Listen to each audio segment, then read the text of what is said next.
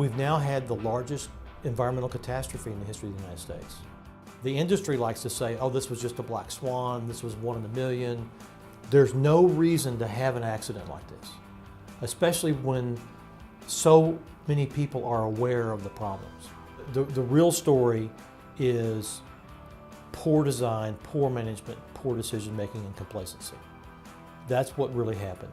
So the only protection to the surface is the cement itself at the bottom, and then the seal at the very, very top where it says casing. On the left is the more common design called a liner, where there's actually a seal down lower, and that's the design that Shell and a lot of the other big offshore companies use. BP chooses to use the least expensive and faster method, and that's probably what caused the problem. When you're drilling or when you're in any kind of operations, over 90% of accidents happen due to some unsafe behavior, not an unsafe condition. They could have done other things in the well design to give them a larger margin of error.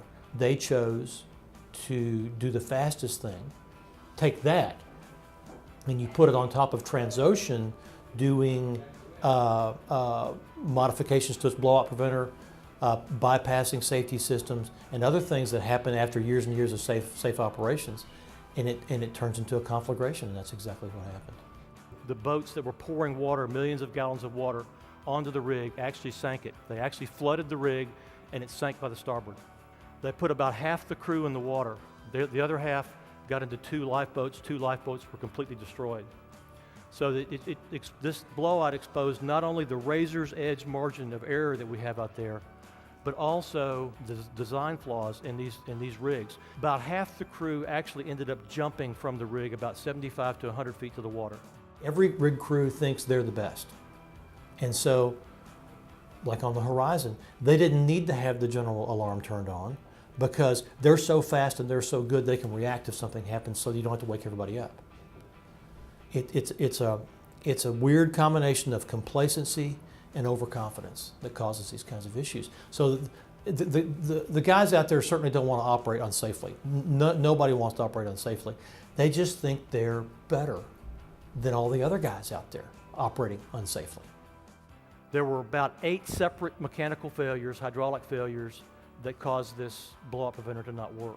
This blowout preventer had also been highly modified and not documented. So it wouldn't activate because the blowout preventer had been modified and not documented. They weren't closing the blowout preventer when they thought they were.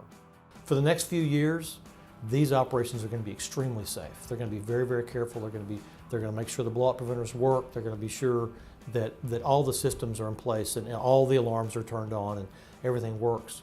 But it just takes a few years to have successful operations, and then complacency sets in again. Oh yeah, we've been doing this for years, and it's going to be okay this time.